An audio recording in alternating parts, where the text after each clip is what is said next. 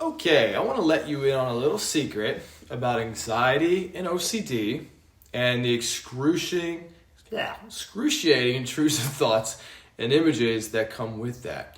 You see, they used to be me. And let me explain how I've gotten to the point now where that person I used to be feels like a distant memory in my mind. Because I used to wake up each morning to intrusive thoughts about my sexuality. And it freaked me the hell out because they were all the opposite of what I wanted. I felt fear and guilt and shame about having these thoughts on a daily basis, and I feared that they were actually what I wanted down deep inside. So, I tried all the methods of pushing them out, but that only made them worse. I would ruminate for hours, searching myself for some kind of certainty about whether these thoughts I had, the thoughts had any merit about my true self. And it was exhausting. And I was barely able to live my life and work at my job each day and sustain, daily habits. The end result was that I just suffered. My health suffered. My life suffered. Besides the constant pain each day, but trying to do any sort of fitness and eat good foods and have any sense of enjoyable life. I was just kept coming back to this need in my life, these thoughts, these feelings, and what I was going to do about it. But I was bogged down each day with this giant weight inside of me. But I was persistent in one regard, and that was I kept looking for answers. I wanted to figure out this anxiety and OCD thing, to understand the mechanisms behind it. And I wanted to really help people one day with this.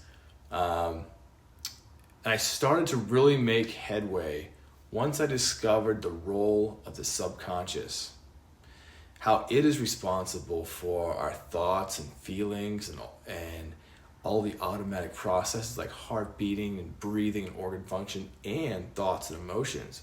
Ooh! All these things we count on each day and we kind of think it's part of who we are, right? We rely on it. And it's a big deal. It's a big deal. And what I discovered was that this thing we call anxiety and OCD, right? I had been slowly creating it since I was a child. It was part of who I thought myself to be. What I realized was that it's all about feelings. I had created an image of myself and the world that was very self-protective, right? And very judgmental. This belief system required that I push out certain emotions to maintain this level of judgment. But stopping certain emotions like anger and sadness became so automatic, I didn't realize I was doing it. So gradually I started to practice stripping away some of these usual coping mechanisms that I would do in my mind for these intrusive thoughts. And I started to practice feeling in my body what these thoughts were telling me. I didn't try to think of ways to change what it felt like. I didn't resist them, and that was very hard. And it wasn't always successful, but with practice, you get better, right? And I started to gain some new perspective out of this practice. I soon realized that these feelings had a sort of shelf life, meaning that at first they could be, say, at a 10 out of 10 intensity and feel so excruciatingly true about myself, but as I waited it out, the intensity would lessen. And this was progress in me. I was beginning to become confident in myself again. I began to understand who I was versus what the thoughts and feelings were saying I was.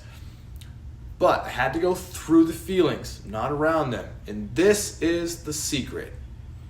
The feelings are the secret. You will not eliminate the intrusive thoughts any other way, because I've tried. You see, you have created a reservoir of repressed emotions that are weighing on the subconscious, and it's being tied down by your beliefs about yourself. As you allow yourself to feel the feelings, you will begin to notice these limiting beliefs start popping up, and they're going to challenge that. They want you to go to battle in your mind, and they want you to think the right thoughts to challenge the bad thoughts. See that judgment coming in there? But this is how you disconnect from this pathological habit you developed with the mind and with judgment. And this process will cleanse you of that. Detox it out, if you will. You see, you have many judgments about yourself. You may not be aware of, but they are all made up. The only truth behind them is what you've given them. This is bad for me. I am bad if I do this, or if I think that, or they are horrible people because they do X, Y, and Z, or this is how I should be. This is how life should be. So you've put yourself in a box, and these intrusive thoughts are the subconscious mind's way of waking you up. Now, to move forward, like I said, you have to endure the suck, the shitty feelings in the morning or anytime. Don't try to make yourself feel better. This is the trap. Rather, start living your life in ways that align with what you want, and let the good feelings come to you, and they will, but you can't make them come to you. This process is how you release the emotions, rewire the brain, develop new habits, all these things, right, that we hear. It brings you out of where you are right now. And in essence, you are letting go of resisting your subconscious, and instead you're learning how to guide it towards what you do want.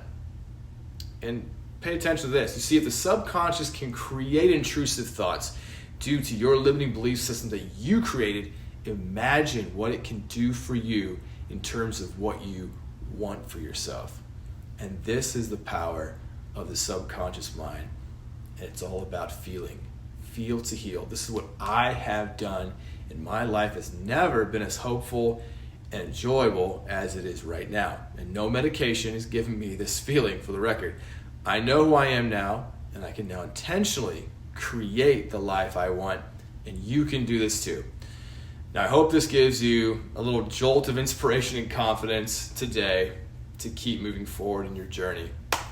Thanks for watching, guys.